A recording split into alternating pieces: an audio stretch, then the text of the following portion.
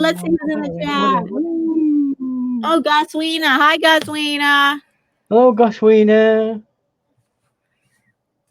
Okay, so through the trials and tribulations of life, we've eventually got here.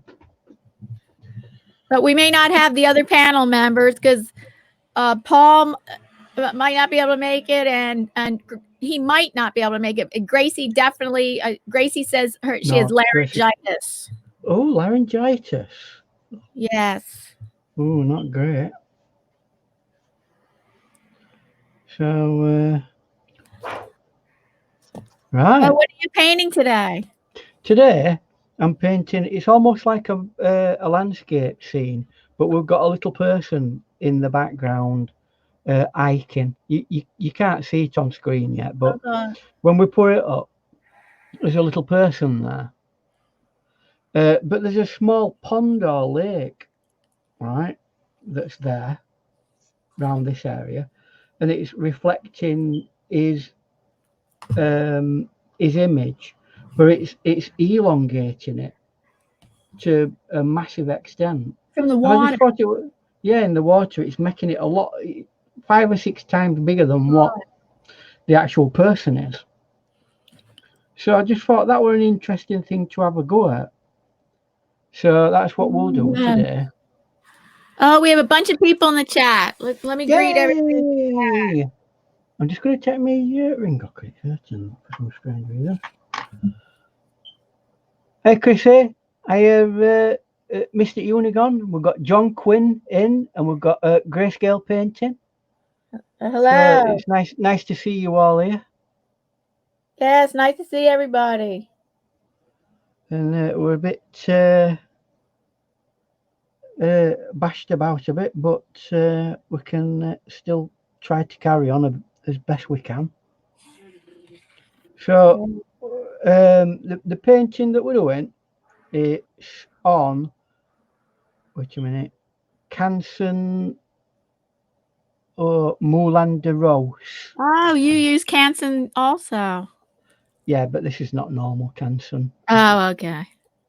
High-end Canson. High-end Canson. Yeah, it's high-end Canson. Don't get me wrong, Canson's a good paper, but they have like a low end, right, and an high end, and this is the high end paper, and it is very nice, but it's extremely expensive. So we'll see how it goes. And today I'm going to be using my Jacksons again because it just about fits on the what they call it, table, on the video side. Oh. So yeah, it just fits on, so you can see everything. So because it's a portrait image, right? Oh, is that just a second?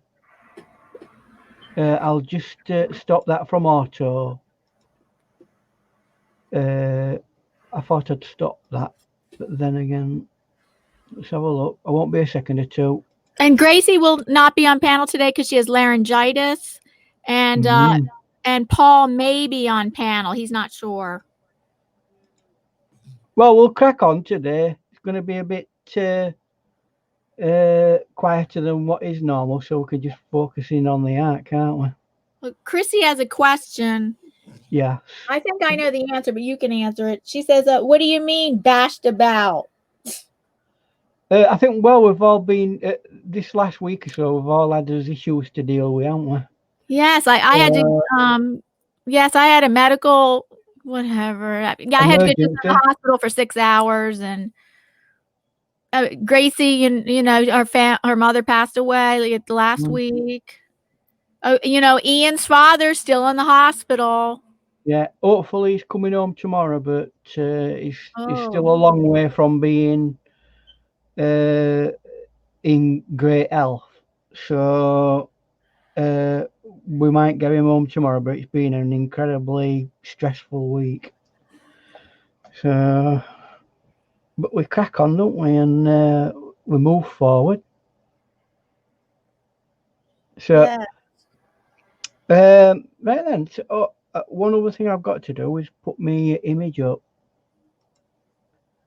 and there we go. So I know where it is I'm painting.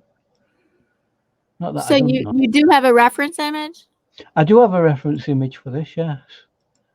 It's took directly from the reference image. I've not made any specific alterations. Mm-hmm. So, right. Well, hopefully my dad's out tomorrow, everybody, and we'll be able to cater for him at home and see what the issue is with that. So, Yeah, it'll right, be good so, that he can come home. yeah, well, I mean, honestly, I mean, they do allow visitors at the hospital that he's at, but it's only one visitor, and you have to designate that person, and they can be the only person who can go all the way through that period of time. So was that you? So I ended up going, and I've had to go all the way through to Barnsley with no transport, and it weren't the greatest of things to have to do. Oh, you mean public transportation? Yeah, I had to go on public transport, and where is it? Look, I've even got a specialised mask now. Look, mask, reusable mask. Yay! Yay! When I put it on, I can barely breathe. I almost go asthmatic. And I don't have any breathing problems at all normally. Right, I'm not a person who's in any way having any problems like that. But as soon as I put that on, it's like I've been doing 40 fags a day. Well, you don't want to try a different mask? Well, it's just having to breathe through a filter that's the issue. Yeah. It's not unless something is really thin. I find that I have like a paper right. type mask. It feels like paper fabric or something, and I don't have problems breathing, but I don't know. It does feel. It gets very sweaty, especially if I'm at the gym. I can't believe I have to wear it at the gym. That's really bad. And are you going to the gym? Oh yes, my husband goes to the gym almost every day. All right. And I go to the gym just a few times a week. This week I didn't go, but I'll probably resume next week. And I just go a few times. I go 3 to 4 times a week. He goes every day. Right. Oh. We didn't go to the gym. You know, the gym closed down for several months. Oh, they've just allowed it. Have they allowed it all back now? Now, well, with limited capacity, but no problem. We can always get in. It's not like we have to wait outside or something. So nothing like that. We can always get in, even though there's and then they have they have every other machine, you know, blocked off so that everybody's only at every other machine. Right. And yes, you do have to wear your mask over top of your nose and your mouth. At first they were saying, oh no, if you're working on a machine, you could have it under your nose. But then they said later on, they said, no, you have to have it over your mouth, your whole mouth and nose. I've had to social distance myself from all gyms for lots of years. I've been social distancing. Yeah, I've been social distancing myself from gyms for 30, maybe even 40 years now. So yeah. So I'm not explaining myself very well. I think the light is coming from about this direction. So I've got a very, and the sky itself is very, very, very pale. So you're not going to see an awful lot. So next layer is that side of mountain. And because light is coming from that way, this side of mountain is going to be really light. Or, you know, basically a lot lighter than what the other side is. So let's just do that. Oh, hello, Jayden Suh28 here, Value Channel member. Hello. His link is down below in the description box. Shout out to Jayden Suh channel. John says I work in healthcare, which is a great thing, and wear a mask all the time. Yeah. And it makes it dries his mouth out. Yeah, it can do. I mean, I know when I've worked in environments where you know, it's quite dusty, and I've had to wear a respirator, a proper, you know, a proper dust mask. It's been horrible. Oh, that's very heavy. I mean, not heavy, but you know, that's worse than a mask. Oh, a proper respirator that filters dust out. You know, even ones that go all over your eyes and everything. I've had to wear them in the past, and they're horrible to wear. You can't wear them for very long without checking you. I've decided that sometimes you have to take a mask break. On Monday, I went in to see my dad, and I were in town, and I were carrying a boatload of stuff for him, and I were walking, and I just had to take my mask off and just breathe normally for a couple of minutes. Yeah. I made sure there weren't very many people around me.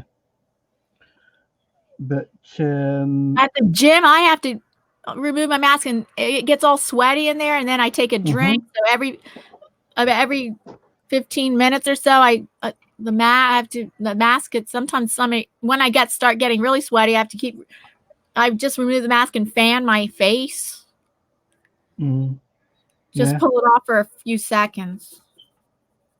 It can, well, these are the days that we're living in, aren't they? And it's no fun out there. I hope everybody's keeping well anyway, and keeping away from this phase 2 corona. Are we calling that now? Are we calling it phase 2 now? Phase 2.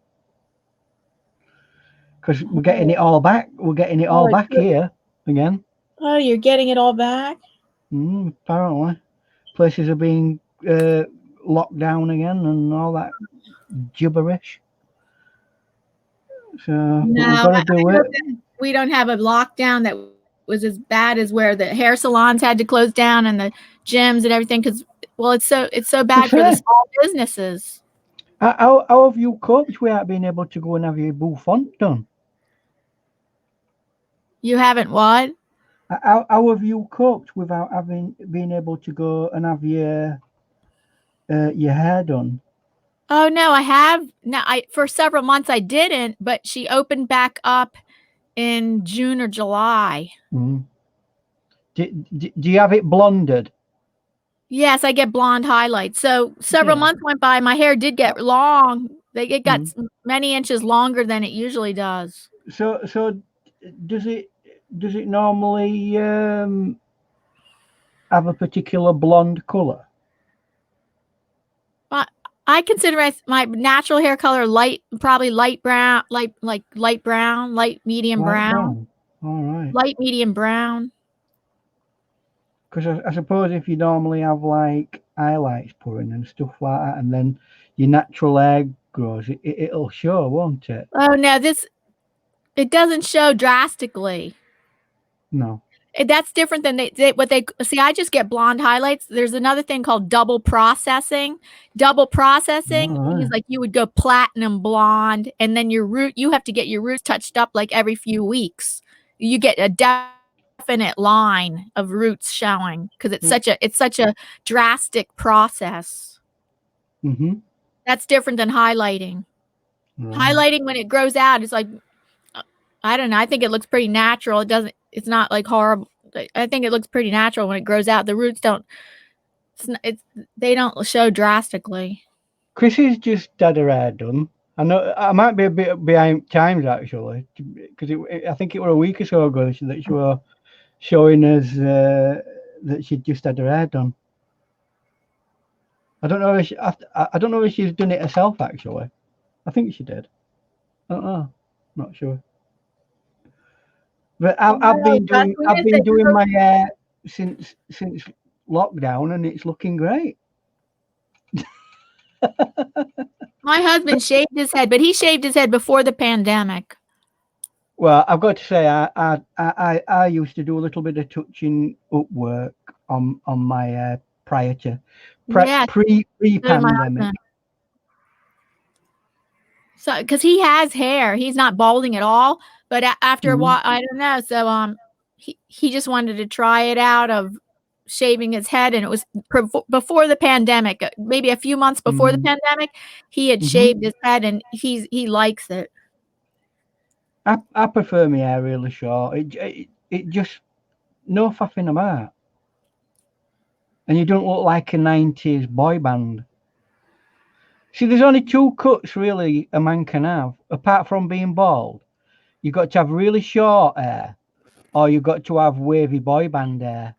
And I'm just not going for boy band look. Absolutely not. Sorry. Oh, hi, Designs by CADPRO, another valued channel member. His link is down below in the description box. Shout out to Designs by CADPRO, wonderful art channel. So down here at this bottom bit of the mountain, it has a little bit of a bluey tint to it, but I want to make sure that nicely gradates into it. Gradiates. Wow. So Grayscale's always making jokes at my expense. what's he saying now? I can't see it. He says her natural hair color is gray, Ian. Gray. Only a little bit of gray. My hairdresser told me she could a little. She says it's a little bit gray. It's a sign of dignity and years of wisdom. Yeah. I don't know why women. Do you know that there's some young girls who go and have their hair gray? Yeah. They wanted to put the gray hair. I know. I think it's crazy. Well, I don't know. I'm all for women just having the natural hair, whatever it comes. I don't really judge a woman on basis of her color or her hair. I honestly don't. So, it's like. Oh, Chrissy says she cuts her hair herself. Yeah, she was showing us a week or so ago that she'd just done a bob haircut. Hey, it's actually a sophisticated haircut, that, isn't it? It's not as simple as people might. Oh, I'll cut my hair, I'll do bob, but it's a fairly, as far as my hairdresser friend says, it's one of the more complicated things to do. So they might have been fobbing me off, though. They might have been porcupine. Who knows? So we're getting some. Grayscale goes, oh, Ian, not in America. That's not what gray hair means. In America, gray hair means hag. Hag. That's not very nice, Grayscale. Oh, I don't know. It's going to go at naughty corner. Tell him, Chrissy. Sort him out. Oh dear. Oh yeah, that's right. Grayscale says, yeah, double standard. Double standard. Men get gray and it's distinguished, which I don't know. No, I don't know. I think that when a man goes gray, that looks to me that doesn't look distinguished. No, that's not. It depends how you wear it. Look, you can look distinguished in whatever haircut you have. It's just that you got to design it right round yourself. If you could get the best hairdresser with the best haircut on the planet, but if it don't work round you as a person, then it just distracts from you. So it's like the frame round a nice painting. if you don't get the right frame for the painting, it's just going to make the painting look a mess. Yeah. So all these different colors and all these different things. Yeah, your hair frames your face, actually. Yeah, well, that's what my hair Or doesn't frame your face. It does it whatever. It doesn't frame your face when you shave your head. Well, even a bald head can contribute to the way you look. It's just Yes. Yes, it surely does. If my husband completely shaves his head, right after he completely shaves his head, he looks like a biker. He looks like a ex-con or a convict. Yeah, well, he looks evil. I've got to say when I have my hair cut really, really short, it makes me look about 20 years younger. Strangely. So I'm not grumbling at that. And then he doesn't keep it totally shaved. Then he always lets it grow in just a little bit, and it's all white when it grows in.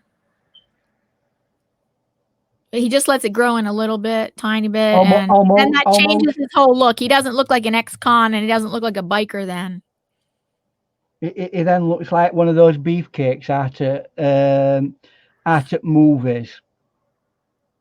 You know what I mean? These heroes in the movies, they tend to have really short hair, don't they? Oh, you mean like the handsome heroes? Yeah, and they've always got a tiny bit of stubble, haven't they? In it. Oh, that's what his hair is like. It's like stubble. Yeah, his hair's like quarter-inch stubble. 6 foot tall and built like a tank and short hair, and you think, ooh. Oh, I guess a lot of them do, yeah. Yeah, they do tend to be a bit like that. Standard hunk in a movie who comes and rescues the young lady from whatever peril she's in that day. That tends to be the standard arrangement in most movies, doesn't it? Till I don't go to movies very often, don't you? I mean, that's the reason why I do not keep up with modern contemporary movies at all. No, they're into. Oh, tell a lie. I believe Avatar 3 is coming out, isn't it? So I'd be interested. I have no idea. I don't keep up on the movies. And I am told that Bill and Ted 3 is coming out, or has come out. You know a lot about with all the movies coming out. Only because I saw news over there. So that there's got a little bit of the mountain, and it's got that blue in it, gradating into a little grey brown. I know you guys, you probably can't see an awful lot of this at the moment, but we'll keep persevering. And I'm going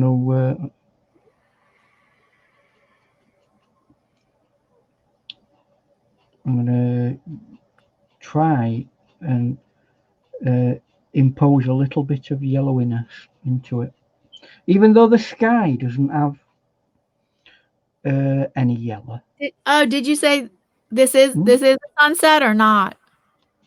Not really. The sky itself is very it's almost like a hazy hot day. Oh. So there's like little or no, there's a light amount of blue. Oh, yeah, in the water, there's a glow of yellow, which is really weird. So it is actually like, because when light travels through water, it alters it. So what we see in sky is a slightly different color to what we see in the water. So interesting atmospheric effect. And as 2020, the cursed year, I'm now calling it the cursed year. Yeah. 2020 is the year of me doing atmospherics. So it's a continuation of that. Because I'm into my atmospherics at the moment. And so I should be.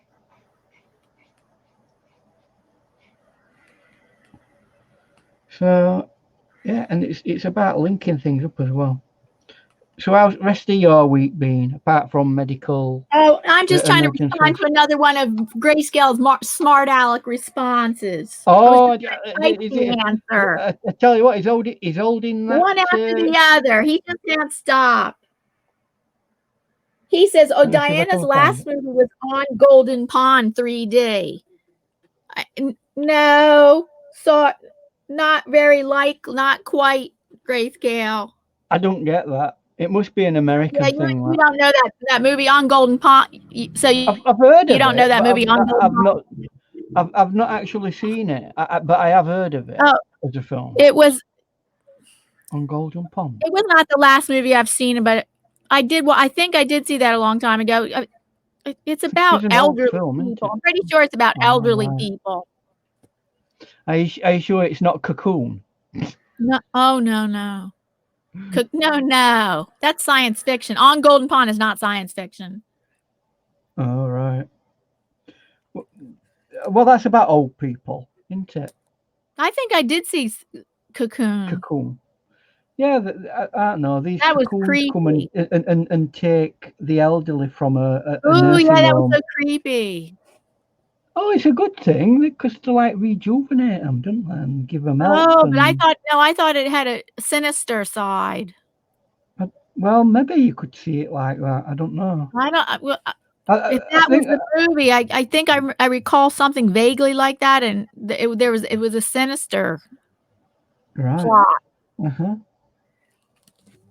What channel are we on?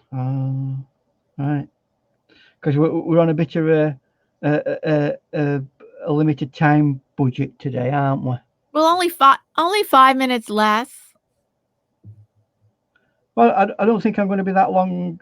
Well, okay, however long you take, that's fine. But, okay, everybody, I have a video premiere at 6 o'clock tonight. Yeah. And I might push it back. It depends. Like, if you think you're going to end earlier, I could change the time of my premiere. I mean, just leave it as it is. I mean, and we'll just. I don't want to force the painting. No. Right.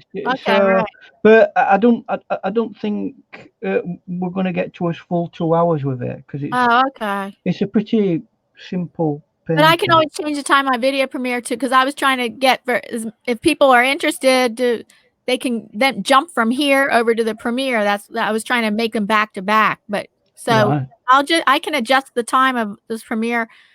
Right now, it's scheduled for 6 p.m. tonight, but what time? For the Art Addicts Alliance. See, it's the third Friday of the month, and today is the third Friday of the month, and the third Friday of every month, I'm in this group called the Art Addicts Alliance of YouTube artists, and we have a prompt. It's a voted on prompt each month. It's voted by the members and the public, and our September prompt is paranormal. So I've done a art project, and made video of it on the theme of paranormal, but it kind of just it's kind of paranormal and it kind of gets into another theme. They're not normal paras, they're special. You know what I mean, don't you? A para. That's what we call people who jump out of planes. Parachutes. I automatically think of another word because from the education field that I was in, a para means the well, I think the teacher's assistants. They were called paras.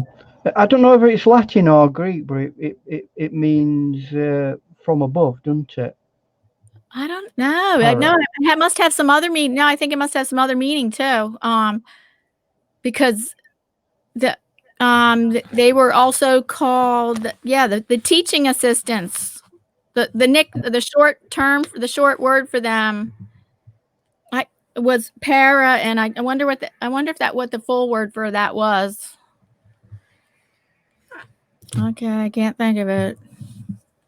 No. It'd be something to do with Latin or something.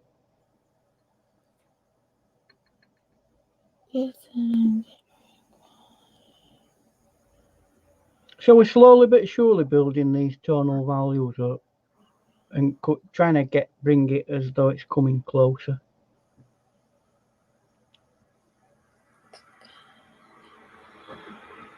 I think But Gracie Painting is our in-house movie expert, one of them, because he said Cocoon had Daryl Hannah and Tom yes, it did. Hanks in it. Yeah, it had a few in their very early career path. They were one up-and-coming stars that were in it, and some of the elderly people who star in it were also past stars of the bygone era. So it were a bit of a crossover point between old movie stars and some new up-and-coming stars of that generation. So it were interesting like that. Hello, Sherry's Art on Wheels. Sherry's Art on Wheels. Welcome. On wheels. Wish my art were on wheels. Well, welcome. I tell you what, there's a lot of people doing that these days. Getting like camper vans and things like that, and getting off and. I'm not sure what art on wheels means. It could mean that. Sherry, can you tell us in the chat? So art on wheels means that's your name of your channel because of why? Because it could be for different reasons. Could you tell us in the chat, Sherry?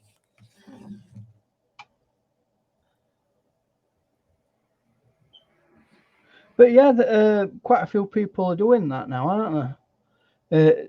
They're getting off into the countryside. And that's the word. We called them short for paraprofessionals. The paraprofessionals. The paraprofessionals were the teaching assistants. Right, para. They would help. Only kindergarten teachers had paraprofessionals, and also, well, a lot of paraprofessionals in special ed. Right. But that's not what paranormal means. And then, and then there's paranormal. And then there's paratransit. Now, paratransit is for people with disabilities to get around. Paratransit. Paratransit. Right. I'm gonna have to when I get offline. I'm gonna have to look it up. Yeah, what the expression para means. It's got to come from some root meaning from either Greek or Latin. Yes, right. And that will, and then all other deviations from it will be made up like that from the original root meaning, because that's how it goes. Right, so I'm gonna round here. I'm gonna. Okay, so you were right, Ian. So yes, Sherry lives in an RV full time. RV full time. Nice. Oh my goodness! So I bet one of those nice long ones.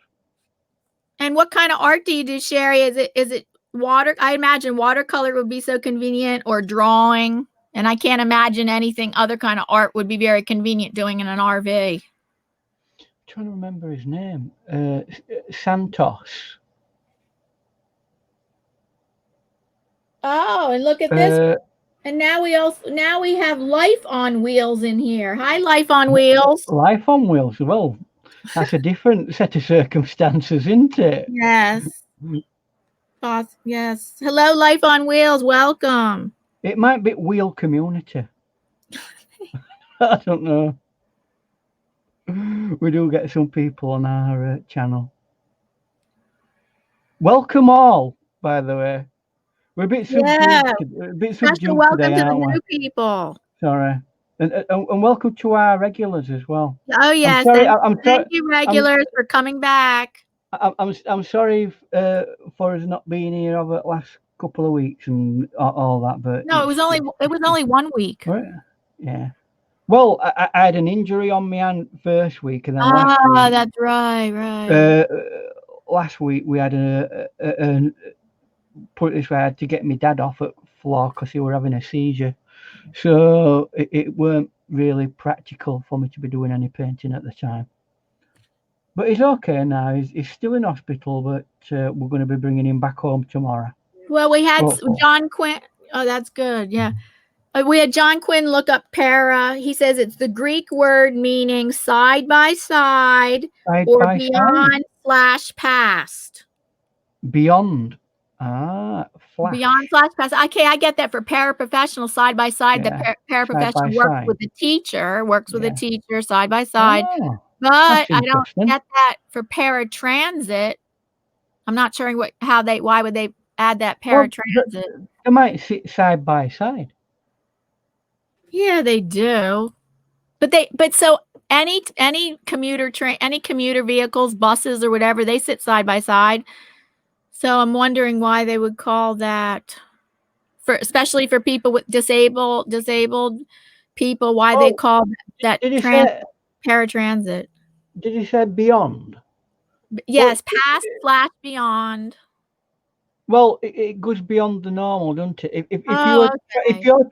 If you're transporting someone who has a disability rather than a normal ability. Beyond the normal. It goes beyond the normal, doesn't it? Oh, okay. So anything that has para in it means thank you, John Quinn, for looking that up. Thanks, John. I shall still have a look at it later. See whether, because the thing is, the way it is with our language, the English language, is you'll get a root meaning in the Greek, but and Latin. When it comes to Latin, it either deviates off onto another thing, or it reinforces that Greek. And then once you've gone beyond the Latin, you start getting into other languages that affect the way we say things. There you go. There's a culture for today. Hello, Michelle Sleeper. I believe she. Right, Michelle, you do a lot of knitting and or crocheting. Is that right, Michelle? Welcome. Hey, I tell you what, I am thinking about doing a project because I'm building this slowly but surely building this bass guitar. Just getting all the equipment and everything for it. It's really expensive. So I'm building that, but I'm thinking about making a padded customized case for it. Right. So I might be doing some needlework. Ian Jackson does needlework. I think I've done any of that for a long time. So you mean hand sewing, right? I mean, not decorative. You're not talking about decorative needlework. Oh no. I'm on about like sewing bits of material together. Hand sewing. Yeah, and I can 100% assure you there won't be any. Okay.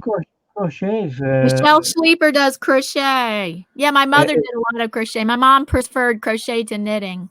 My grandmother used to do all that gamut of things. She was like a master seamstress person for several companies. So what she didn't know about all that sort of stuff. She used to make little bonnet hats for us every year when it was cold.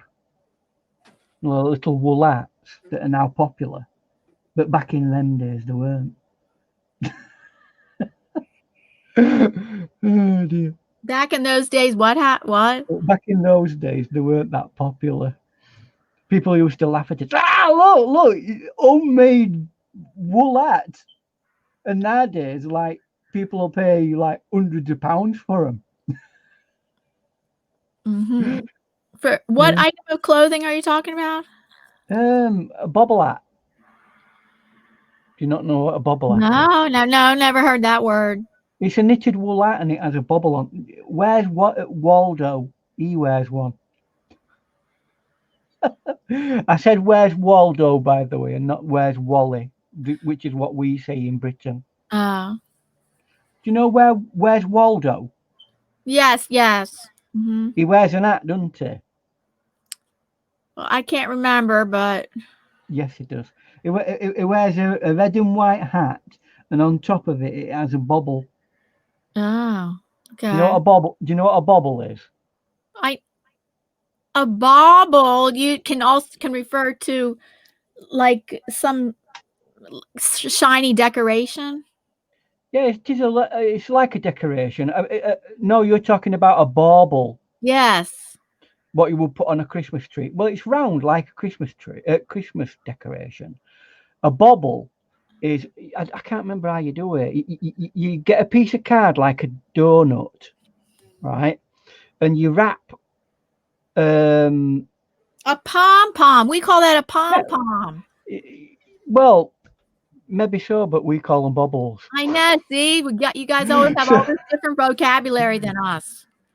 So I would have thought that would have been something that would have gone over to America. Pom-pom. We call them pom-pom. Pom-poms.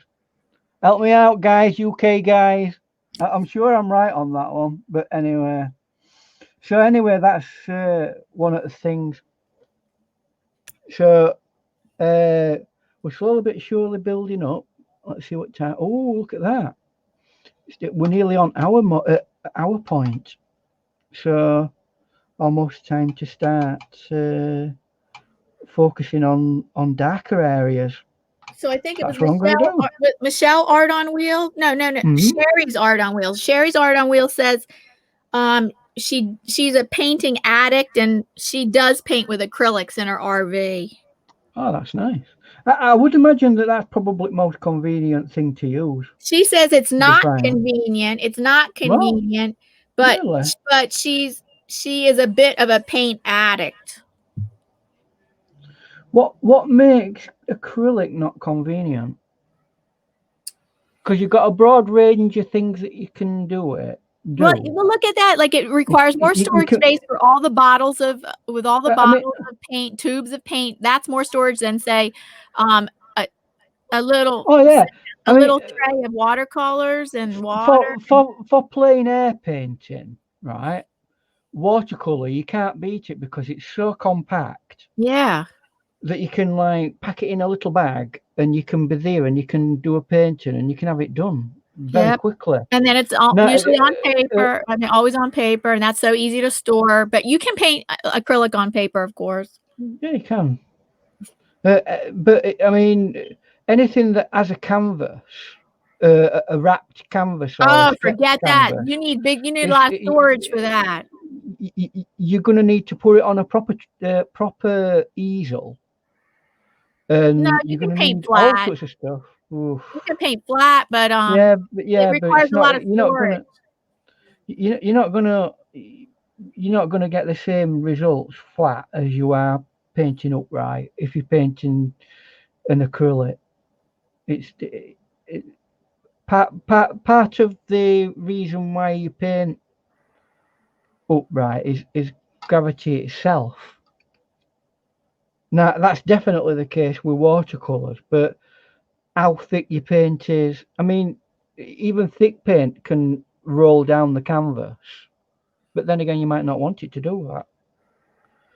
So I do want it to do that. I should start using my table easel because I do try to get drips into my paintings.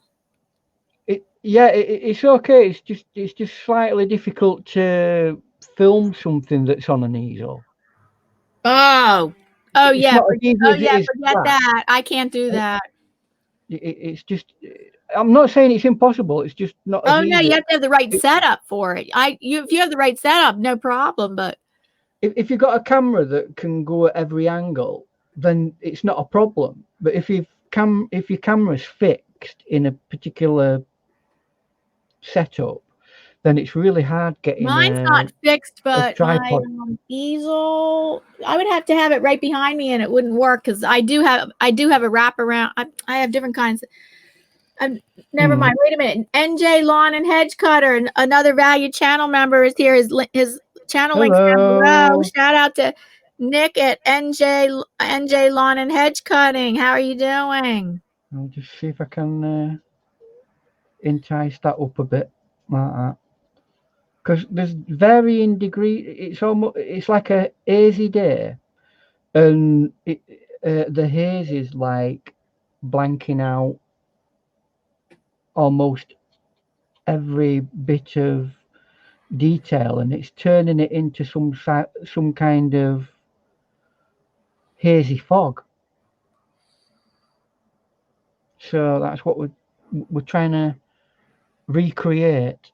But now I'm going to the scary bit, because this could make or break the painting, which is the I'm mixing a darkish colour, right? And this is a tree that's growing up here. Let's have a look, see how.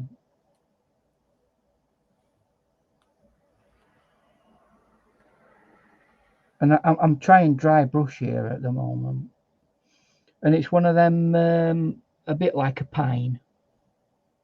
Most of the tree is up at the top, and it gets quite thin lower down.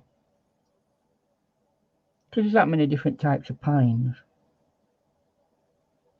You said there's not many, or there is? No, there's that many different types of what you would call a pine. Yeah, I think there's many different types. What we would identify and go, oh, that's a pine. Not that they're necessarily pine trees, just that the trees that are of a similar look, and we'd identify them, as non-tree, people who don't know one tree from another. We'd probably just say, oh, it's a pine tree because it looks like one, like a classic Christmas tree. Well, some of those trees have most of their foliage closer to the top, and then at the bottom there's not an awful lot of anything. Oh no, here comes Big Loud motorcycle. Oh wow, that does actually sound like Daytona. It does. They go too fast on this road. They break the speed limit all the time. Flipping heck. It's really annoying. Hey, I've got to give. It's not a rant of the week, this, but I heard this car coming down the road, and it sounded just like that. What's just gone down, right? And I thought, oh, what's this idiot coming down the road? And I turned and I looked, and it were actually a really, really nice Porsche. I thought, fair enough. You're a Porsche. You're not even going 30 miles an hour, and you sound like a rocket. Okay. Peace be with you.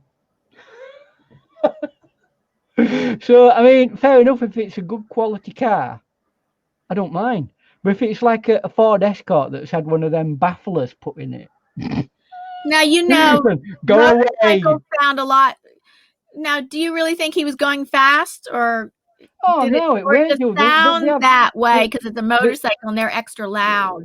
No, they have bafflers on them that make them sound like they're going 1,000 miles an hour. So it's and revving as well. Well, they do break the speed limit on this road. Oh well, I mean, probably so. I mean, some idiots have no concern whatsoever, don't they? Yeah. Do you know what? If there's one thing we've found out about human society during the coronavirus, is that there are some idiots who don't care about anything other than themselves. Mm-hmm. Yeah. So, we've got to learn to expect that as a normal from some people. That is the new normal. Moral decency. Oh, what was that? Well, I'm going into a fine vein form of rant today, aren't I? Is that your rant? I don't know. It was like a Mod Podge of rants, weren't it? Yes, yeah. I don't know. What would we do? We are a rant of the week. Probably be more joyous, probably. Grace says, well, you have a few million of those, Ian. I don't know. What's that? I don't know. What's that, Grayscale? A few million of those. What, dumplings? Like people who are extremely self-centered. Oh, I can definitely confirm that that is definitely the case. Oh, Goswina has a question about Facebook. She says, do other people have trouble with Facebook that you don't get response on the things you post? Yes. Well, I either sometimes get no response or little response than I expected. Well, usually less response than I see other people getting, things like that. I've gone from having like maybe 100 people like me for that's a lot. Me photos on Facebook down to about 35. 35 recently would be high for me. Of this year. I have never gotten 100 likes on Facebook. Yeah, but I barely even get 100 likes. I never even get 100. Well, older videos I get 100 likes on. Just take into account that I draw in people from all sorts of genres, all sorts of creative art genres. So I'm going to get quite a few people, but just recently. No, I have 1,800 people. Really. I have 1,800 friends. There's like Facebook friends, and I am sure, and whether everybody sees my feed, whether everybody sees my post in their feed, I don't think they do. I think only limited amount of people see my post in their feeds. So I don't know, something like that's going on, because I have around 1,800 friends on Facebook, and I certainly don't. I get, compared to that, I get very little ratio of response compared to that. Mm-hmm. Well, I don't know what to say. And then there's Facebook groups, like Facebook art groups. So many times I get a better response, and depending on what kind of art, then I put it in a certain art Facebook group, because different art Facebook groups have different themes, and I will get good response in some Facebook groups and not so good in others. But I tend to get rather than posting it on my personal page, only sometimes I get good response on my art. Sometimes, yeah. Yes, sometimes I'll go on the more like professional and your business page. No, the professional and art channels. Sometimes, art groups. You're talking about Facebook art groups? Yes, some Facebook art groups have got some people in them that are phenomenal artists, and sometimes I pluck the courage up to put some of mine up. Yeah. But you can 100% guarantee that when I do that, I might get 2 or 3 people going, "That's nice." Yeah, I can go onto a medium range art group, and I'll get a lot more responses. Now that's down to where you are as an artist. Most of the Facebook groups that I belong to are either all women or mostly women, and the ones that I like to post to are the ones that have supportive, encouraging environments. Yeah, well, it's more of a community than it is about the art. Yeah. Yeah, it's like a community.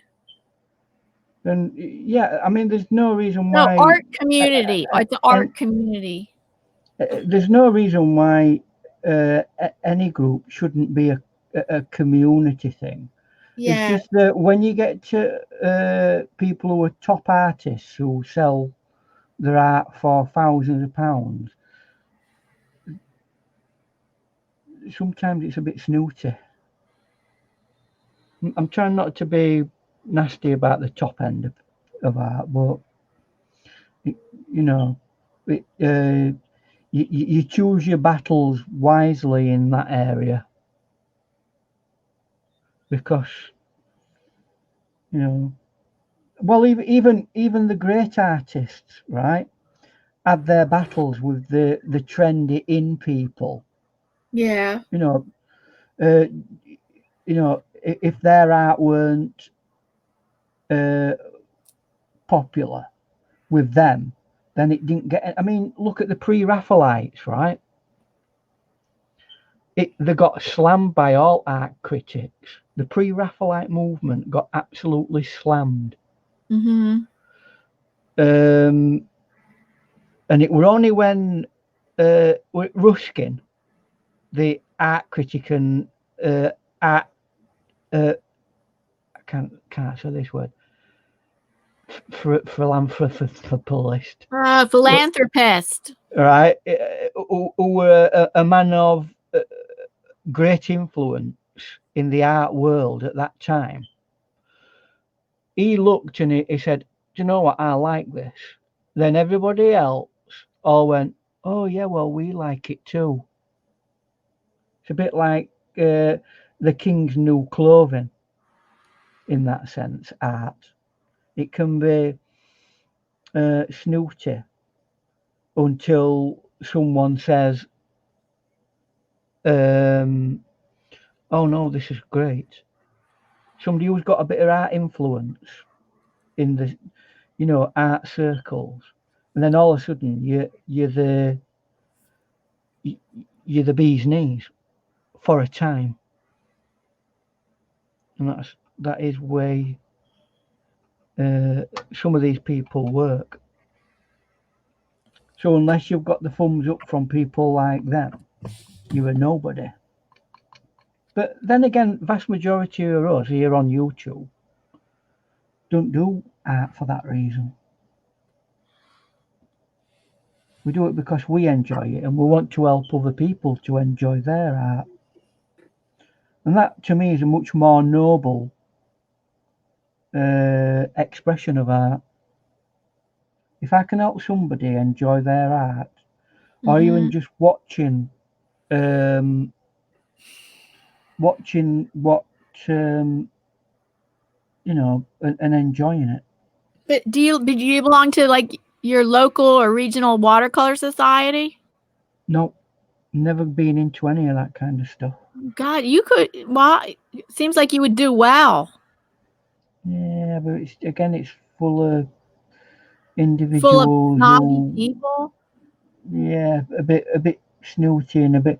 I mean, I know one or two really good artists, and they won't come out of the creative shell.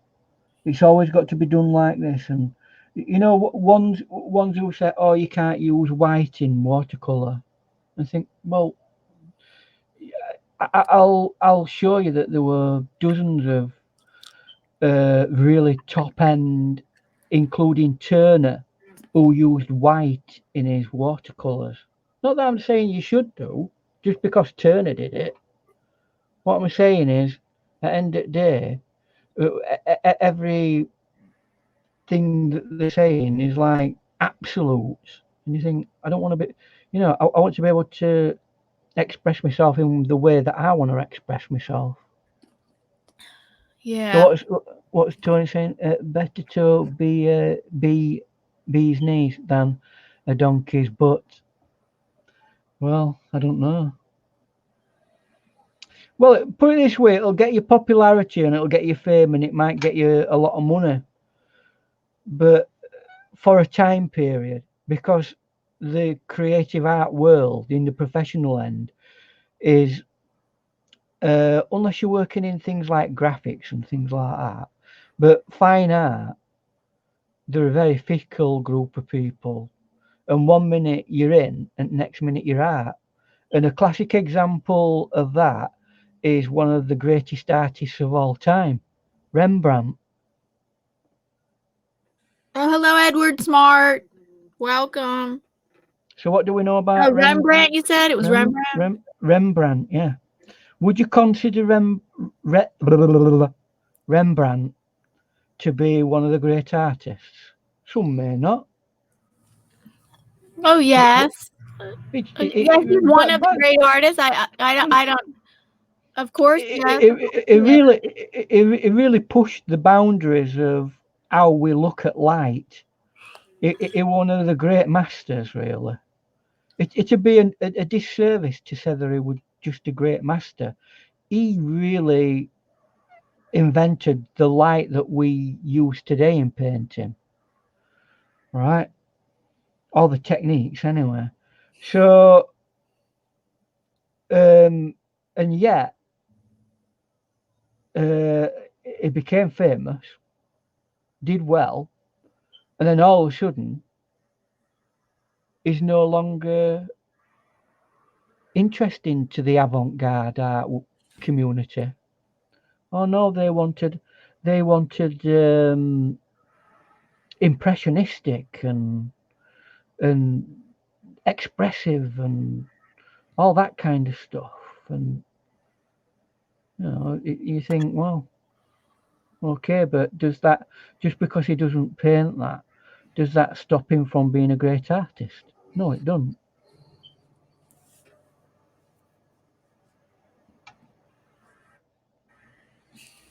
I'm just putting a tree in there. Let's say Grayscale says art is subjective and changes on the drop of a hat. Especially today, because we've gone through all the phases of creative art, the development of it.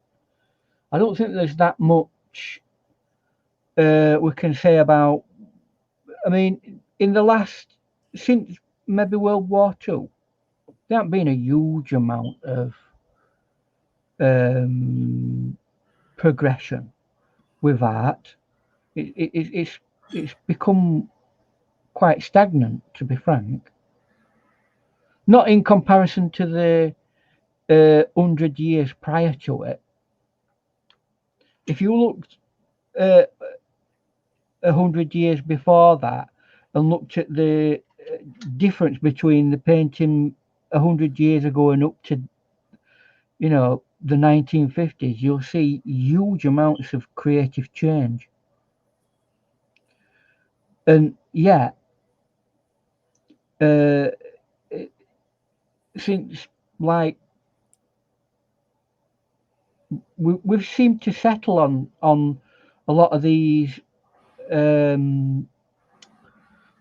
don't know, these creative genres and stuck with them. Now, is that a good thing or is that a bad thing? Or should we be looking for new creative environments? I'm just putting it out there to see what people think.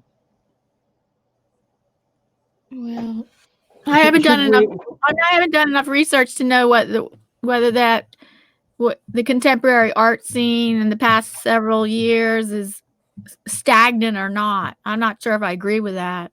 I'm not saying the art itself is stagnant. It's just that it's not progressed. It's not progressed forward because when you go to art college or anything like that, when you're trained, they say, "Oh, look at these. Look at the Impressionists. Look at these people. Look at that." And yeah, fair enough. But no, and you look at a bunch of contemporary artists too. But it's all based around what we've already looked at in the last century. Whereas the contemporary artists are doing like very different things. The century before that, it were more about abandoning the old ways and doing something new. So what do? Do you abandon what we did last century to try and develop something completely new? Or do we continue to try and look at what we've already learned creatively as artists? That's what I'm thinking of. I don't know. It's an interesting question. Don't know whether I've got the answer to it, though. I'd like to hear other people's opinion on that. I think that there's contemporary artists that are doing innovative things. They might be using other materials. There's a lot of people doing this, creative expressive art using quirky materials and things Yeah, and like I'm that. thinking more of three-dimensional art that seems to be the most innovative right now. But it's always been probably the most innovative art. Because they can just be using so many different more materials than just paint. I'm not talking. I'm not talking about paint. I guess I'm not talking about painters. Well, I mean, that's a broad gamut of things that you can do, isn't it? If you're talking about three-dimensional art, there's all sorts of things, even down to like arts and crafts. It's like this. Look at this here. Like there's this one Asian contemporary artist.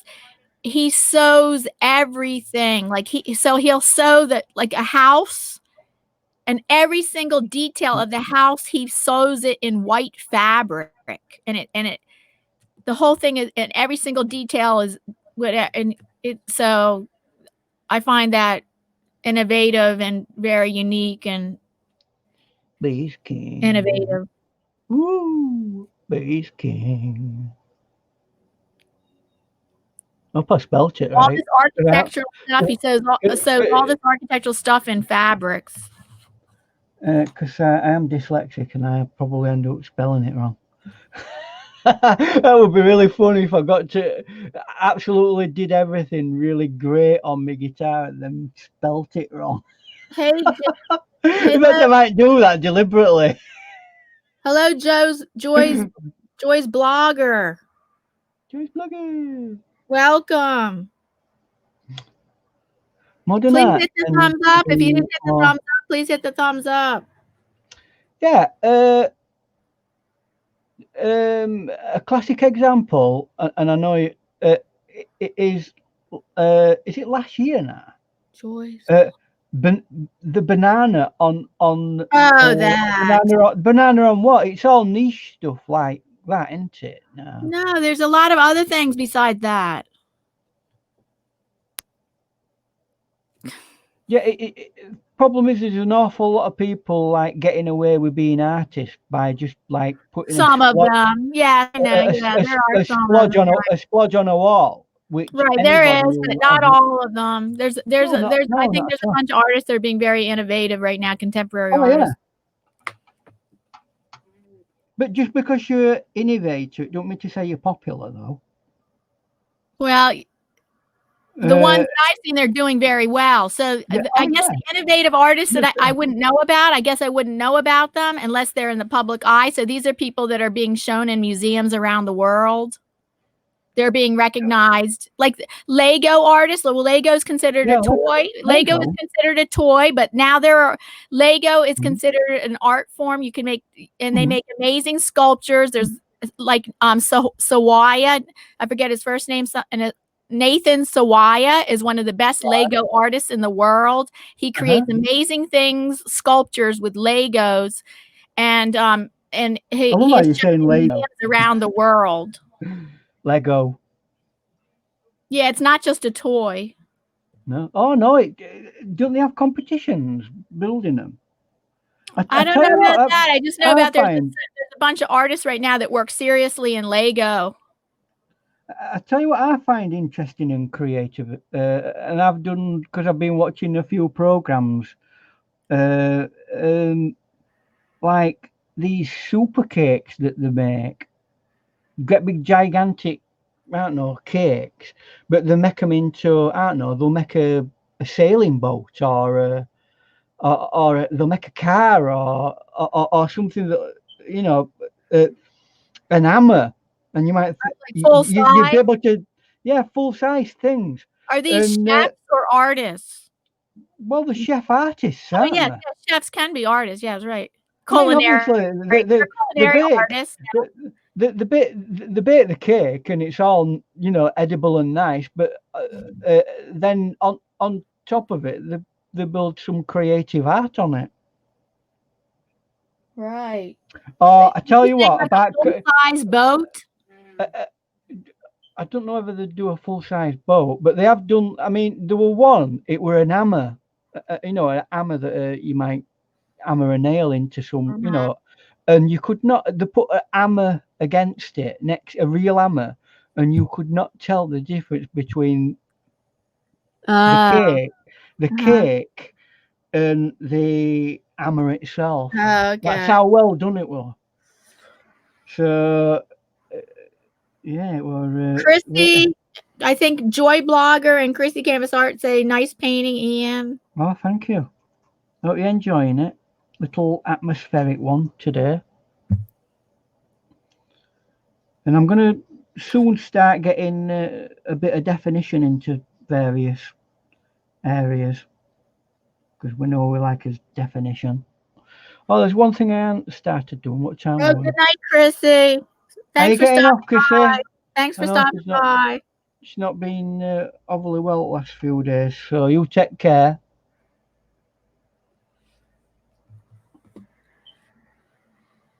Right. So earlier on at the beginning, I was saying that this is like a bit of a lake, and there's a person here, and it's like the elongated a real lot.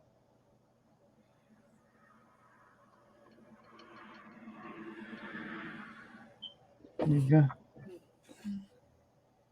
In this little bit of a lake, so there's like not a silhouette, a reflection coming this way, but it's really, really long. So now we've got that reflection in, we might as well put the person in that's creating the reflection. Why not? And we don't have to be too over the top with it. I like that. Shall I give him a blue hat? I'm going to give him a blue hat. Because I like blue hats. Not that there's anything wrong with any other colour hat. Oh, blobbed it. Blobby. It's like a smurf now. There you go. You can get rid of problems. There you go. And this is the kind of, you know, I mean, if this guy probably would wear one of those bobble hats. Mystic Unigon. Yes, I remember that commercial. Lego my ego. Yes. Hey. We had a commercial here about they were Eggo waffles that could be put in the toaster, round. They called them Eggo waffles that you could put in the toaster. Right. And the commercial was about, as soon as it popped out of the toaster, two people were grabbing for it and they say, Lego my ego. All right. You've got some funny things, you guys, in you. You guys do too. In saying that, we used to have Lego my ego. Probably better like that. Lego my ego. There might have been some legal argument over that one. Yeah, I'm sure they didn't say Lego. I'm sure they didn't say that.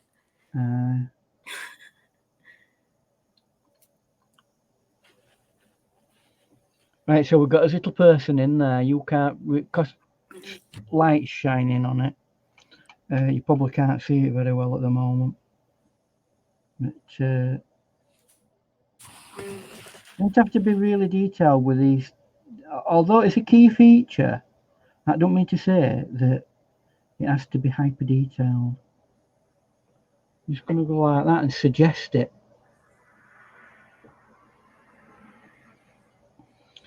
And right now I've got that in, and I'm not going to forget that I've done it, because that's a grand possibility. It looks like a misty morning, but you said it's not morning. It's high like high afternoon. No, it could be a morning, but you know, it could be a mist. It's just that the sun, whatever it's doing, it's like hazing out everything. You know how sometimes it can like make everything go a little bit foggy, but not fog. It's more like it just takes all the colour away from it. So it goes almost tonal. Oh, Gracie just messaged me saying she can pop on for about 10 minutes. In Oh, the good. Well, she can. Yeah, she can pop on if she wants. I mean, we're not going to be on that much longer, really. Oh, But well, anyway, 10 minutes at least we will be. yeah, well, she's got to make sure that she's not overusing her throat. Well, I know that, but 10 minutes doesn't sound like it'll be too much of a strain. no. Come on then, Gracie.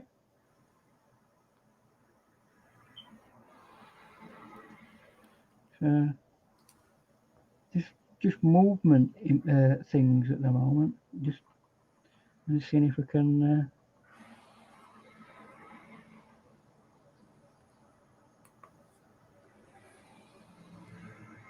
Seeing if we can get various things to link into one another. It's always nice to get things to link in. Get some more dark areas. See if I can get my browns in. I started to go into real dark. You know that you're getting into dark areas when you start getting your burnt umbers and your ultramarine blue combo. The ultimate. Yeah, I was looking into Daniel Smith watercolors, which I don't need. Oh, yeah. I found out my husband has a whole box of 2 watercolors. No.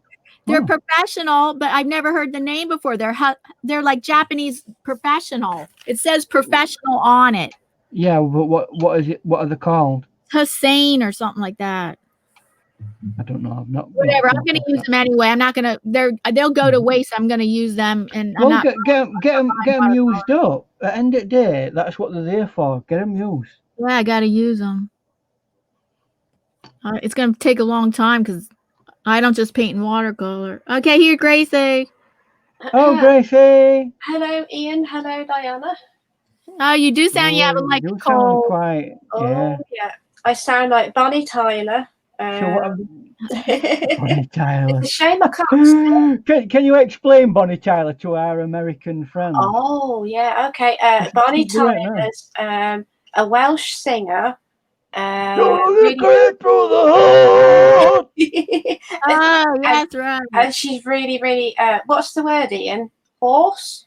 It's a sound, you know. Yeah, she's like got really for a lady, she's got quite a deep voice. Oh, really hoarse voice. Yeah. So I do apologise, guys. You don't sound hoarse. Oh, really? Oh, good. No, she does. Oh, new channel member, Mr. Fulton Mraz. Oh, hello, Mr. Fulton Mraz. Thank you for becoming a new channel member of the Artsy Fartsy Friends. Oh, welcome. Yay. Thank you, Mr. Fulton Mraz. Cool. Nice. Thank you so much. I appreciate that, Mr. Fulton Mraz. And I guess I'm going to have to do a little happy dance. We do a little happy dance.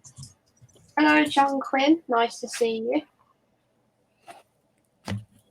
Well, what are we painting today, Mr. Ian?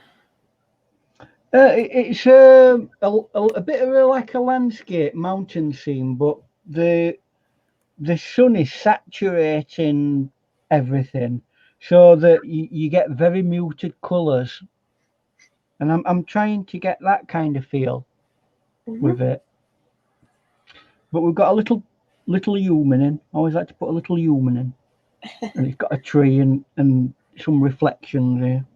Oh, I love painting reflections. I'm not making a great deal out of the reflection. I want you to concentrate around here, really. Yeah, on the Oh, there's a new thing I wanted to add besides recognizing channel members is that the annual top super chatter is Gracie Shack. Oh God, why does that not surprise me? There you go. She is and her link will be permanently in the description box. God. Annual? What? Do you get annual figures for it? Have you been monetized long enough to be annual? Yeah. Well, I'm just talking about for 2020. Oh, right. So this year. I did start I was monetized March 31st. So that's pretty close to the beginning of the year. Yeah. Yeah. Weren't that an epic? It wasn't that many. That took forever, didn't it? Yeah. Oh my God, it took 3 months. Now I don't feel so bad because Dina, it took her channel 2 months, and hers is a very good channel. So I don't know why hers took 2 months, but so many people, it only takes them a few days. Yeah. Is Dina all right? I've not seen her for a while. Oh, actually, she's not doing all right. She, her town was hit by this horrible storm. I don't know. I forget the name of the storm. Right. A very bad storm that actually, she said, really, really destroyed the town that she lives in. Really? Wow. Yes, really. I forget close to the word destroy. Like really.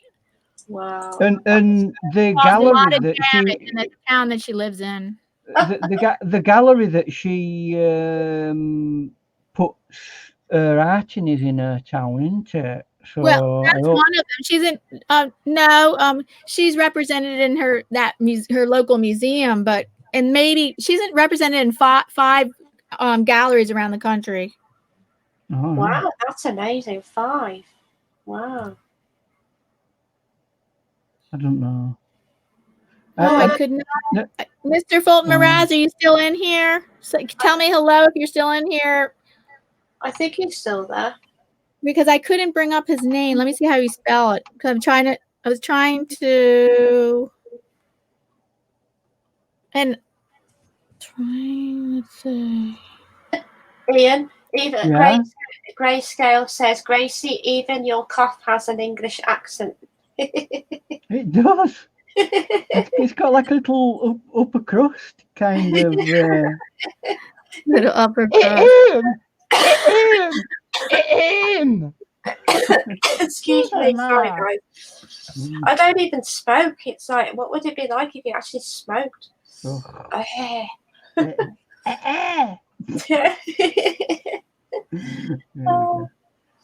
You're all right though, Gracie. Yeah, I'm all right, thanks. Yeah. It's not been an easy time lately, really, has it? No, we can't play. We've been lamenting that. Unfortunately, it's been a bit on top of the now what we call the cursed year. Yeah. People have got their own personal problems and issues to deal with on top of it. Yeah, so that's why we need to paint more and laugh more. Yeah. Paint and laugh. Yeah. Yes, definitely paint and laugh. Yeah. That's what it's about. Well, I'm going to leave this a little bit to settle, and then we can see where I need to get me ultra darks in. And then I don't think we're going to be that far away from completion, believe it or not. Although we have got a few, I mean, it's going to take a while for this to dry. Yeah. Let's see if I can get some crazy colours in. Hello, Arbor. Oh my goodness. Let me see. We have a new person in here. Hello. Hey. Welcome. Arbor. Arbor. Kwamil. Luguiki. No, oh my, it's a G and a Q. Yeah. Lugici. So that was a really hard name to say. Hi, Arbor. Welcome, Arbor. Hello and welcome. Very nice. Hello. Sorry, I'm concentrating, guys. No. You concentrate away. Oh, I think Paul's here. Hello, Paul. We're late to the show. Yes, let's hear. I just hear Paul's here. Yay. Hi, he's just gone. I hope that wasn't me that just did that. Oh my goodness, I hope that wasn't me. I hope that he dropped off and come back on. And sorry about that, Paul. I don't know what happened. What are you in the yes, he's down. Room? Yes, he's in the basement, and I go to click on it, and I don't know if I clicked on something wrong, because all of a sudden when I clicked, he disappeared. Your admin skills on normal standards. Excuse me, I make some occasional mistakes. Yeah, Mhm. I do apologise. Hey, listen, guys, we've got to take into account that Diane is partially sighted. That's Yes. very true. That's very, very true. Thank you. We all have to be aware of that. Okay, he's back. Let me look and now this time let me look for Whee, Paul! How you keeping, Paul? We're not Yeah. seeing you for a few weeks. Hi, Paul. Now How the is team everybody? Hello, Diana. Good. How Hello. are you? We're Gracie, battling on, Paul. We're battling on. Just. Yes. Yeah. Yes. I am live here on the Oregon coast. Oregon. Oh, I hope you're enjoying it. are you away Oh on yeah, holiday? so far. You said you were going on holiday, Yes. didn't you? Yeah. Yes. Yeah, very it nice. was it was very rough coming in. I had a flight into Seattle, Washington, and then we couldn't get a connecting flight to Medford, Oregon, because of the fires. Right. Oh, we're affecting flying that much. Yeah, because the dust and a lot of everything. Yeah. smoke. Oh yeah. Yeah. They Helicopters can't fly when that gets like that, can they? No, that's true. Yeah, they're limited also, and because of that, they kind of just canceled all the flights. Wow. So what we ended up doing is we stayed overnight at a hotel in Seattle, and then we went back to the airport, and everything was a go. We checked in our bags, everything, get to the gate, and 10 minutes later they canceled the flight again. Oh, you're kidding. So we had to get our luggage, and then at that point, Lisa's like, I'm getting out of here. We're gonna get to our destination one way or another. So we rented a car and drove the 7 hours. Yeah. Well, didn't you fancy getting one of them Amtrams or Amtrak trains? Amtrak train. Don't they go coast to coast? Yeah, unfortunately, if we would have taken Amtrak train, it would have took 29 hours. Wow, 29 hours. Oh yeah, those trains, they make stops and layovers. It's horrible. Oh yeah, I suppose it goes through compared every to a wind plane is little much village. faster. Yeah. Yes. So what happened? There's no station in Medford, Oregon, so we would have to take the train to, I think, Klamath Falls, and then take a bus. That's why it takes 29 hours. So I had a car out then. And yeah, we just got a car. It was early in the morning. We grabbed the car, and we were there in 7-8 hours. That's a long drive. That's a long drive. Yeah. Yeah. So we were staying with family, and then yesterday we left for the coast, and now we're here. My favorite place in the world. My favorite place in the world, Bandon, Bandon, Oregon. Make sure we get plenty of photos. Yeah, that's a good idea. I sent Diana the one yesterday. I maybe she can forward it to you guys. I just pulled in when Lisa pulled in when there was sunset on the coast, so I took a picture. Oh, very nice. It's a pretty wicked.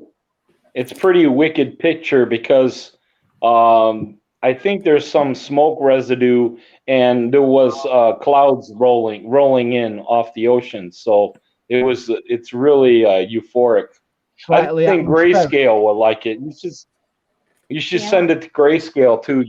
Okay. Grayscale likes atmospheric painting. Yeah, because Lisa and I were talking about it. I said, "What do you think of this picture?" And she says, "It's really, really cool." I said, "What do you think?" I think Grayscale would like this because this is up his alley, painting the sky the way it looks. Yeah. Mm-hmm. So the picture would look completely different in the morning, with the sun.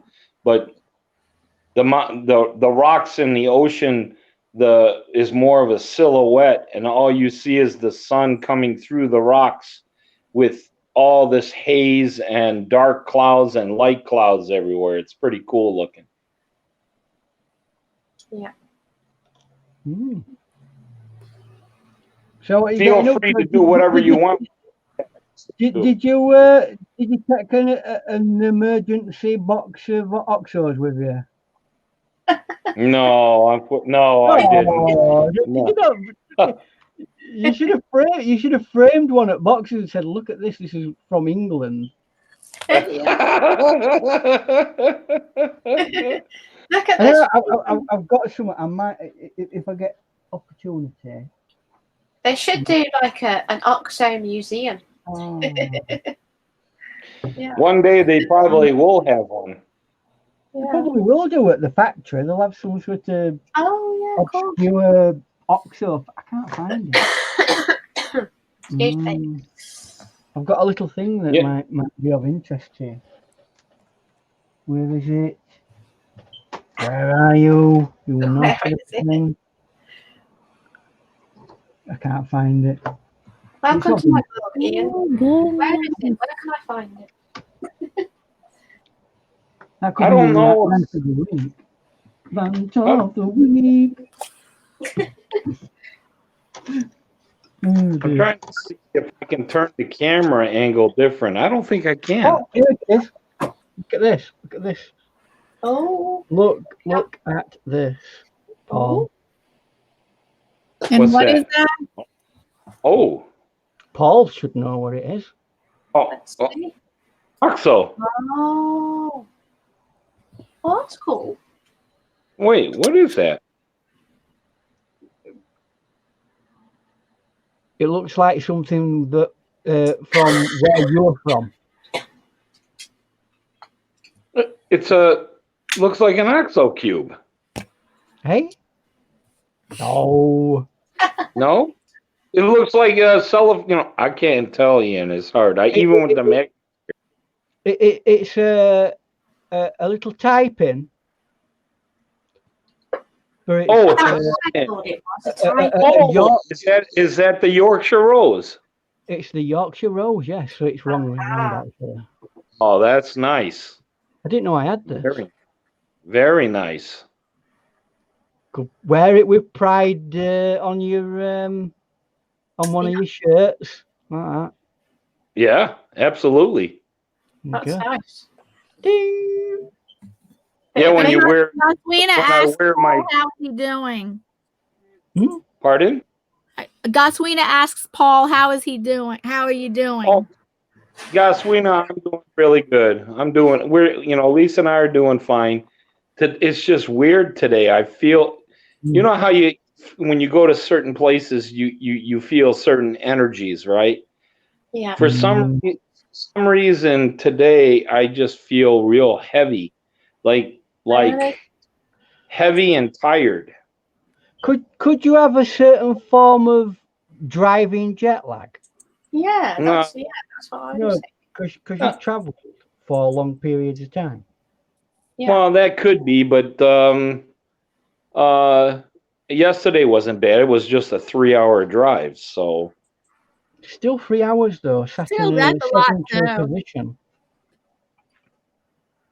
I mean, so I think. Go ahead. Just putting that in context, in 3 hours, I could drive to London from Yorkshire. Yeah. Well, I'd have to be pushing it, but. Yeah. From where we're staying with family and where we're at now is 160 miles. And it's a beautiful ride. It's through the mountains. It's just. This state is so beautiful. It's just unbelievable.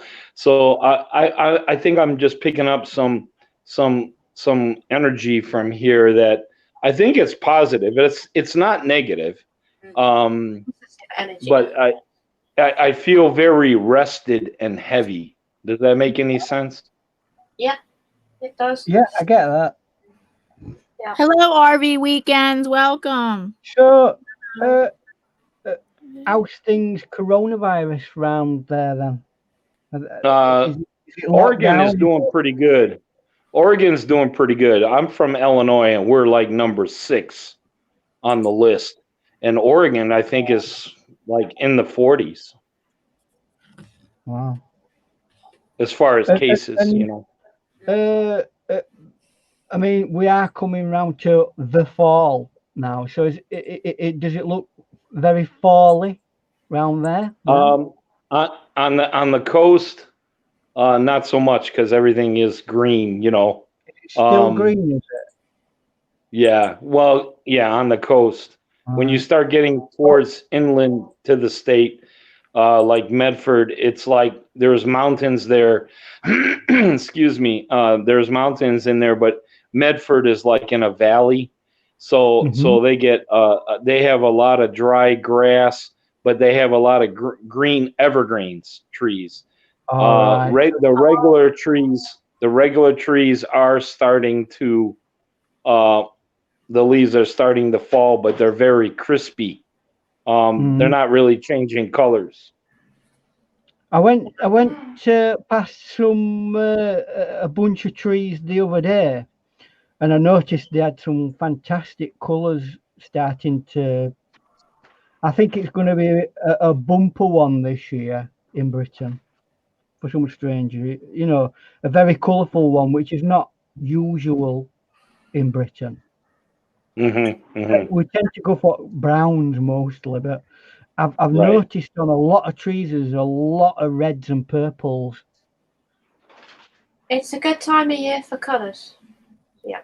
It is. I love autumn, colour-wise. You've got all these early morning atmospheres as well that can create some great images. Yeah. It's one of my favourite times of year for painting. Yeah, well, the autumn is my favorite season. Yeah. You get the golden leaves, the red leaves. Yeah, I love a crisp day with a light jacket, and your nose is just a little bit cold, and the air is so crisp and fresh, and you know. Yeah, you can feel the breath, can't you? Feel the breath. Yeah. Yeah, you feel the breath a little bit. Yeah, 50. You know, when you start getting into the 50s, and then you know you walk around and you're crunching in the leaves and swishing your feet in the piles of leaves everywhere, and oh, it's awesome. Yeah, It is. It's great. So, did Lisa bring her art equipment with her? Yes. Oh, yes. Oh, yeah. Is she gonna have a go while she's here? While she's like plenairing or whatever. So well, Lisa just walked into the room. What do you think, Lisa? You gonna have a go? You gonna have a go? She says if she can stay awake long enough, she's feeling heavy and tired. Do you know what? Here's an handy tip for plein air painting. Don't do more than an hour's worth of painting. Really? Yeah. Before you move on to another subject, if you want to move on, just sit there, do a painting, and go after that. Oh, is that partially because of the change of light? Well, yeah, because in an hour you can have several changes of light. Yeah. And posture as well, because sometimes you get yourself into this, like, I don't know, like almost like my precious, my precious. You end up going like that when you. I don't know why. A bit Yoda-ish, a bit Yoda-like. Yeah, well, it's more your posture. You set yourself into this like position to paint for some weird reason, and you can get so cramped if you're not careful that it's. And after an hour, you've had enough painting one thing, unless it's a very complicated thing that you're setting up. An idea of plein air is keep it simple. Yeah, keep it simple. Yeah. Boom. paint gone. Yeah. Some people don't even in plein air painting. They do very quick, literally 10-15 minutes. I mean, somebody can be sat outside a cafe, and they'll sit there and they'll go, and you know, because that person might not be sat there for very long. So you got to look at it in the sense of how long is that image that you've got there going to be there? Yeah. Because once it's gone, it's never there again. Mm-hmm. It's going to be different the next time. That's kind of like how my flute playing goes. Yeah. It's in with the mood, isn't it? And you know the feel of the individual, and every day brings a different. You can go to one place and paint it several days and have a different painting every day. Yeah. Good advice. So it's best not. I mean, an hour is quite excessive, really, for plein air. I wouldn't sit and do a painting in one place for more than an hour. Well, you're doing that right now. Yeah, well, this is not a plein air painting. This is a considered. This is a considered fine art painting. So it's slightly different. I mean, 2 hours for a watercolor painting is quite a long time. It is. It is quite a long Unless you do it something of a epic level that's got tons of detail. Yeah. Did you see Lisa's watercolor painting with the Sennelier? Yes, I did. Yeah, and she Yeah, it did was really pretty well with wicked, wasn't it? It was really wicked looking. I've got to say, it kind of reminded me of something out of Yellow Submarine movie. You know, yeah.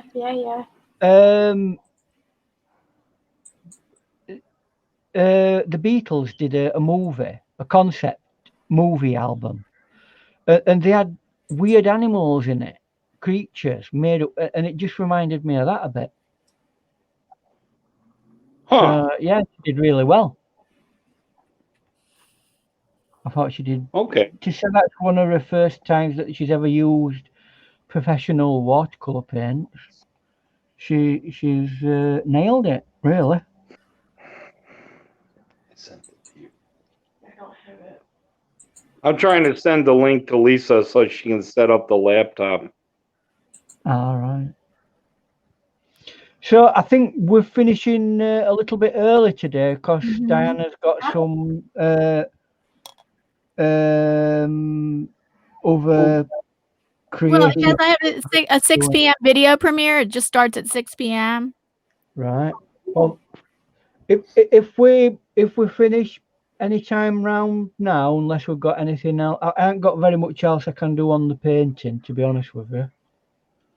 Yeah. Well, how much time do Unless we we have? sit here and chat for, I mean, we can chat longer, and then because as long as you need to. Like this live stream does not have to stop right now, because unless people want to stick around and chat, I don't know if they want to. Otherwise, I just can go ahead and end it, and it doesn't matter. And then I just announced that I have 6 p.m. tonight art video premiere right here on my channel. And then Monday night, 6 p.m. easy to remember, 6 p.m. Eastern Standard Time. Monday night we're having YouTube blind community meeting again. Wow. We're trying out twice a month now. So it's the first month that we're trying out twice a month to accommodate people that are busy on the weekends and to accommodate Australia down under, the down under countries. So that's this Monday. It'll always be the third Monday. This Monday at 6 p.m. Eastern Standard Time, right on my channel. Open topic discussion for YouTube blind community. Oh, and we invite people up on the chat, so it's very interactive. Mm-hmm. So what are we I'll be doing? live. I'll be live in Crescent Lake, Oregon. Then in the mountains. Oh. Oh, if you're in the mountains, I don't know. I hope you get reception. Well, I'll be at a hotel, so the hotels will have it. Oh, okay. Yeah, most of the hotels have high-speed internet. Shouldn't be a problem. Yeah, they're pretty keyed in these days, aren't Well, the only problem is I have to check what the I have to check today because to see if my route from here will be okay going there, because there's this wildfires all over the state. So some of the highways are closed. Mm. Oh, thank you, Goswina. She dropped the link for my premiere. Oh, thanks so much, Goswina. Thank you, Gazrina. Oh, thank you, Goswina. Well, go ahead and talk to them, because I'm going to. How much time do you got, Diana? 15 minutes. 15 minutes before she has to finish. How much? 15 minutes. Oh, yeah, we're going to go for about 13 more minutes here. Okay, I was wondering, I can try to leave the oh dearie me, where's my shoes at? I was gonna see if I could. The hotel room is 50 feet from the coast, All right. and I thought maybe I could try to walk away from my room here and see if the internet still works, Oh, you might and lose show the you the. On your phone, you should be able to do it. But that's what I'm trying to do right now. Oh, actually, on your phone, it still you might get out of the service area. Yeah, they don't go. Well, I'm using their Wi-Fi right now on my phone, so. Yeah, after that, after you get off of after you leave Wi-Fi, then you're on cellular data, and then that depends on how your service plan, whether you're going to be in your service area, whether how well your service area covers places like that. No, I understand that, but the hotel is pretty much right on the coast. My room is literally about 100 feet from the ocean, but the whole property is pretty much right on the coast. So I'm hoping that. Let me try and see what happens. You have to film it and then upload it, and then you won't have a problem. Yeah, I'm gonna try to do that and try to put stuff on YouTube if I can film it. I have videos of it from before on my channel. So you could do a premiere, Paul. You could film it and then put it on as a premiere. That would be cool. Maybe. All right.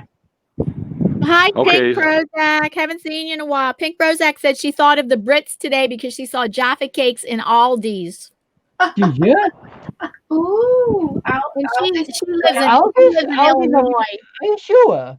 Aldi's having Jaffa cakes. Hey, wait a minute. Are they proper Jaffa cakes? Yeah, I was going to say, are they the real thing or are they? Are the fake Jaffa cakes? Fake Jaffa cakes. We'll have to report them if they're fake Jaffa cakes. Yeah. Jaffa cakes in Aldi's. Hello, Pink Prozac. Pink.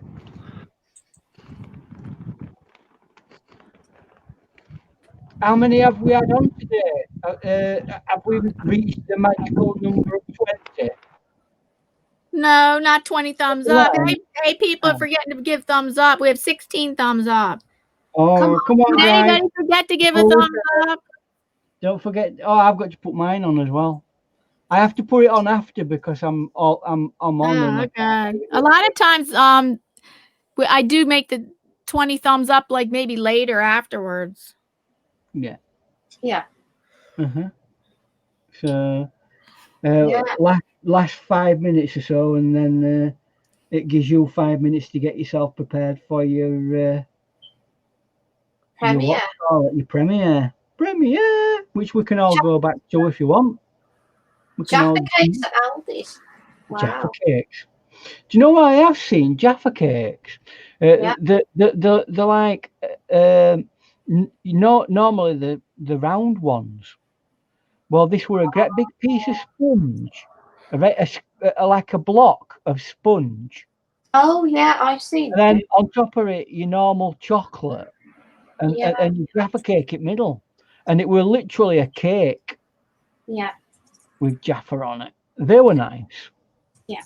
Not that I'm saying I'm going to ever go away from the beloved Jaffa cake. Excuse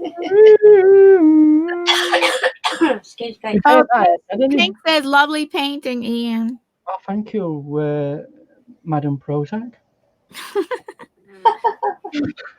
You've been quite generous today, haven't I? So, Yeah, when I laugh, it makes me cough. does anybody want to see how I'm getting on with Project A? Uh-huh. Oh, the guitar. Project A. Project A. What do you think? Oh, okay. Woo! That's the bottom part. The That bottom. is the bottom. That Yeah. is the bottom part. Yes, the body of the guitar, as it's called. And then if I can bring it, and then it goes all the way up here, and then it goes, woo! And that's what they call the head or the neck. Well, that's the neck. And that's the head. Wow, it's quite a project. Oh yeah, I mean, I'm having to do it over a period of time because I mean, this last week I've not been able to do anything with it. So, Wow, Ian. but I've started to get the kind of decoration. I'm going for like a rustic like barn that's been painted 1,000 times kind of look. Oh, okay. So it's got loads of different No, it will colours. be no high gloss varnish or gloss varnish on it. I'm gonna go for a matte varnish. Over it, Okay. right, or a satin varnish. That is wow. It's still gonna be it still have a high finish, but it'll be matte, not gloss. Wow. And back of it. Ooh. That's it at the moment. Wow. A lot of work. Hello, Slee Statrule. Sweetie! Yeah, Ian's #1 fan. Oh yeah. Hello, Sleep Stack. Hey, Slee Stack. Yay! So, please XOXO. Slee says, hi everyone, happy Ian Friday. Did you see Mr. Gray is going to have a flying reptile painting on the 21st? Okay. Oh, flying reptile. What are we talking about? Are we talking a pterodactyl? Yeah, pterodactyl. Pterodactyl. Well, they were called pterosaurs. There was different types of ones, weren't there? Uh-huh. But pterodactyl were one of them. And then Anthony says, hello, Slees. Yes, it will be 6 p.m. on Monday. Oh, it could be a flying lizard. Oh, It could be what wait they a call it. Usually it's his premieres are 7 p.m. on Mondays. Diana, Paul's backstage. I'm here backstage. Oh, did he get knocked off? No, he's still showing. He was still showing underneath there. It might be. Well, put him on that. It might Okay. be. Hello, Paul. Hello. Hello. So have you managed? Can you guys hear me? Yes. Yeah. Okay, yeah. I was literally about 20 feet away to turn the camera around and for you to see it, and I lost connection. Yeah. They don't have very far outbursts of hotspot. I don't know. Maybe if I turn it, I got a window, but see it's. Mm-hmm. Can you see anything over there? Yeah, we can just see tops of some houses. Okay. Buildings. It's a partial view. So what it's like, it's we're on a bluff, okay? So you have to really go on the edge of the bluff to see the ocean. But you can see a little bit of it in the way distance, but it gets lost in the clouds. But if you go to the edge of the bluff, if you go to the edge of the bluff, you can see everything, the beach, the rocks in the ocean, everything. And yeah, if you look at if you go to my channel and just look at the video saying Table Rock, there's a real good one at low tide. More importantly, Paul, is that a ponytail that you're wearing? Oh, I got braids. Ponytail. See my braids, man? The braids. The dreads. Yeah, mate. I got the dreads, man. So I'm doing the flute thing. You know, I'm getting the look. So cool. I was man. playing yesterday. I picked up the fan. I was playing outside. Somebody came up to me. Yeah. Have you picked up any new flutes? No, not yet. I've spent so much now on vacation, I can't even afford a flute. It does tend to be a drain on the resources, doesn't it? Yeah, traveling today is not cheap. Oh yeah, our airline ticket was real cheap because of the COVID situation. For the first time, well, not really the first time, but the first time flying domestically, we flew first class. Would it be unreasonable of you to actually wear a proper oxygen tank based air system while you're on plane? Well, I would imagine so for those people that do need those tanks to breathe. Right? You couldn't discriminate that. I would think they would have to accommodate that. Well, yeah, if somebody's traveling who has to have an oxygen tank, obviously they'd have to have one, wouldn't they? Yeah. But I'm just wondering, well, I need to get a respirator for myself, a proper, you know, because some of this building of guitars. Did you see what I was doing with that guitar? Yes, I saw a little bit of it. Yes. I could have done with wearing a mask, to be honest with you. Yeah. The particle dusts in that when you're sanding them down can get really on your chest, and some woods semi-toxic. Yeah, an N95 mask would be good for that. The dust masks, they don't do nothing for you. No. I'm thinking about a proper respirator.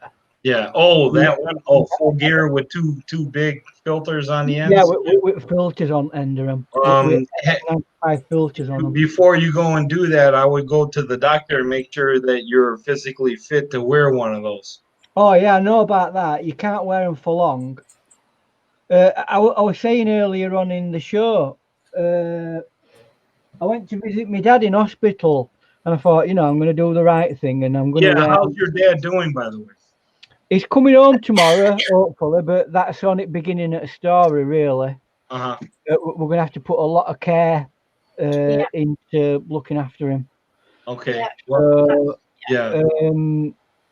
But he is coming home, so you know. Good.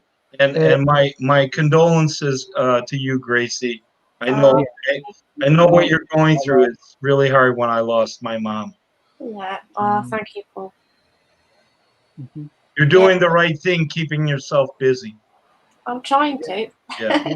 I'm trying to. And what helped me through my grief was I had a proper saying goodbye. It was all proper. So I'm grateful for that. So that's what pulled me through. Yeah. Because there's a lot of people that situations happen and they never have a proper goodbye, and that's horrible. And at least I have that. So yeah, and so do you. So Diane's got to go. Yeah, okay. We have to cut things off right now. So there's the link for going to the premiere. Anybody interested? The link is right in the chat. So there's the link, and so right now, bye. Okay, bye everybody. I'm hitting the link. I'll see you Monday, Diane.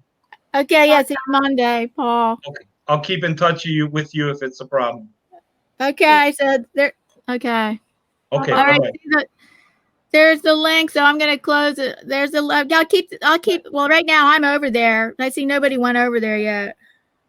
All right then. Well, Well, I'm and gonna go only off if you now. can, I guess, maybe nobody can, so that's fine. And if nobody can, but I'll go there as soon as I get off of here. Thank you, guys. but they're gonna close down this they closed down this chat. So I don't know, I guess you want to copy and paste the link, or or you just go to my channel, whatever. You just go to my channel. I'll Right. see you over there, everybody. Okay, Bye. bye. Bye, Love everybody. you guys. Love everybody in the chat. Guswina, everyone. Grayscale. Hello. Thank you, everybody. Thank you, and Bye, guys. thank you, Mr. Fulton Moraz, for new channel membership today. All right.